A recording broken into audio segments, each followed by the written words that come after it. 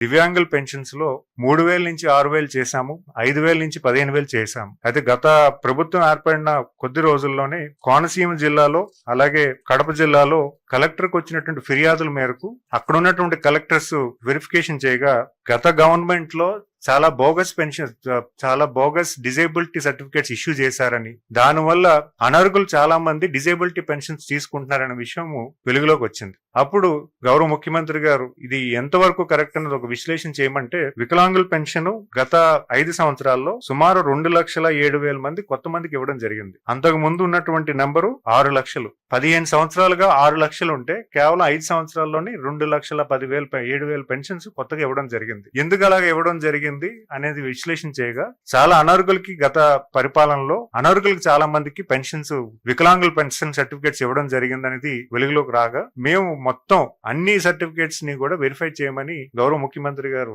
ఆదేశాలు ఇవ్వడం జరిగింది. చాలా పారదర్శకంగా, అంటే ఎవరైతే హెల్త్ పెన్షన్స్ ఉన్నాయో వాళ్ళ ఇంటికి డాక్టర్ వెళ్లి వెరిఫికేషన్ చేయడం జరిగింది. ఎందుకంటే 9 months ప్రాసెస్ ఇది, ఈ రోజు చేసింది కాదు. సుమారు 9 నెలలుగా దీని ప్రాసెస్ ఇనిషియేట్ చేశారు. ఎక్కడా కూడా అధికారులకి గాబరా పెట్టలేదు, లేకపోతే అధికారులకి ప్రెజర్ పెట్టలేదు. చాలా పారదర్శకంగా, చాలా ట్రాన్స్పరెంట్ గా చెప్పడం జరిగింది. ముందుగా ఈ వికలాంగులకి పలానా రోజు ఇక్కడ వెరిఫికేషన్ కి మీకు స్లాట్ ఓపెన్ చేశాము, ఆ స్లాట్ కి మీరు అటెండ్ అవ్వాలని వాళ్ళకి రిక్వెస్ట్ చేశాము. ఆ స్లాట్ నిమిత్తమే ఆ రోజు వికలాంగులు ఎవరైతే ఉన్నారో వాళ్ళు కూడా వెళ్ళి వెరిఫికేషన్ చేసుకోవడం జరిగింది. ఈ వెరిఫికేషన్ ప్రాసెస్ అంతా కూడా సుమారు 7,95,000 మందికి రీవెరిఫికేషన్ లో 5,50,000 మందికి సుమారుగా రీవెరిఫికేషన్ ప్రాసెస్ కంప్లీట్ అయింది. ఈ 5,55,000లో ఉన్నటువంటి సర్టిఫికేట్స్ అన్ని కూడా ఈ రోజు అప్లోడ్ అయ్యి, అందులోకి ఇనెలిజిబుల్ ఎవరైనా ఉంటే వాళ్ళకి కొంత నోటీస్ ఇవ్వడం జరిగింది. అందులో కొన్ని టెంపరరీ సర్టిఫికేట్స్ లోకి కన్వర్ట్ అయ్యాయి. అంటే గతంలో మనకి ప్రాసెస్ లేకపోవడం వల్ల, అంటే సర్టిఫికేట్స్ అనేవి కొన్ని మాన్యువల్ సర్టిఫికేట్స్ కూడా ఉన్నాయి గతంలో.